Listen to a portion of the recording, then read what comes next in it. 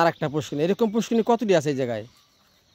এই জায়গায় পুষ্কিনি আছে 400 হবে। 400 আছে পুষ্কিনি? পুষ্কিনি বাবা রে বাবা, 400 সব পুষ্কিনি, গাটলা বান্ধেন না। সব গাটলা বাঁধেন পুষ্কিনি।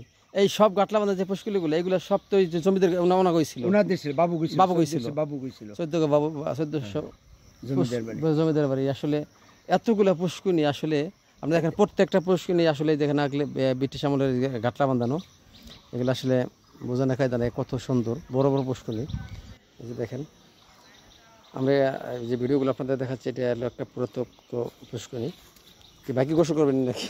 হ্যাঁ, এই যে পুষ্কিনি, এই যে এখানে মানুষ গোসলও করে। আসলে অনেক সুন্দর পানি, এত সুন্দর পানি আসলে আসলে আমাদের অনেক দিন ধরে গোসল করা হয় না। আমরা টিউবওয়েলের পানিতে গোসল করি। এই যে আমরা বড় ভাই গোসল করতে নামতেছে। পানি কিন্তু আসলে খুবই একদম পরিষ্কার, ডালিমের রসের মতন একদম পরিষ্কার পানি। দেখেন পুষ্কিনি অনেক বড়। এই যে দেখেন, এই যে এক ভাই গোসল করতে নামতেছে। এই দেখেন, এই যে ভাইঙে আসলে দেখেন, এই যে সিঁড়ি ভেঙে ওই দেখেন একদম নিচে পড়ে আছে। এই দেখেন, এই দেখেন, এই যে ভাই যে গোসল করতে নামতেছে। তা সবাই ভালো থাকবেন। আসসালামু আলাইকুম।